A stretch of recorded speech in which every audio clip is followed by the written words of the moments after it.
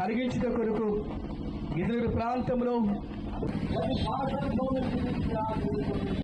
అనిపించాలి, క్రైస్తవులకు రక్షణ అనిపించాలి.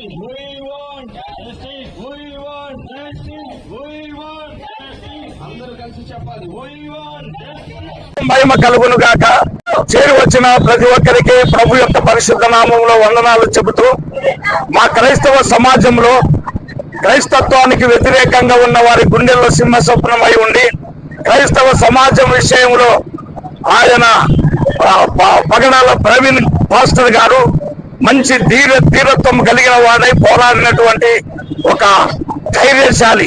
అటువంటి వ్యక్తి మరణము అనుమానాస్పదంగా ఉండటాన్ని బట్టి ప్రభుత్వం వారు న్యాయం సమకూర్చాలని, క్రైస్తవ సమాజానికి రక్షణ కలిగించాలని, క్రైస్తవులో ఉన్నటువంటి మరి దైవ సేవకులందరినీ కూడా రక్షణ కల్పించాలని ప్రభుత్వాన్ని కోరుతూ, ఈ డిబేట్ల ద్వారానే మత కల్లోహాలు వస్తున్నాయి.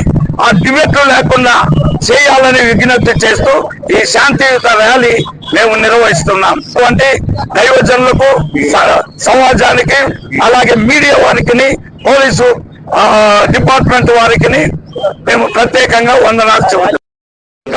గిద్దలూరు ప్రాంతంలో ఉన్న క్రైస్తవ సంఘాలన్నీ జేఏసీ జాయింట్ యాక్షన్ కమిటీ ద్వారా జరిగిస్తూ ఉన్నాం. ఆర్టీసీ బస్ స్టాండ్ దగ్గర నుండి గాంధీ బొమ్మ సెంటర్ వరకు, తిరిగి ఎంఆర్ఓ ఆఫీస్ వరకు ఈ కార్యక్రమం నిర్వహించబడి ఎంఆర్ఓ గారికి మెమోరాండం సమర్పించడానికి మేము తీర్మానం చేసుకున్నాం.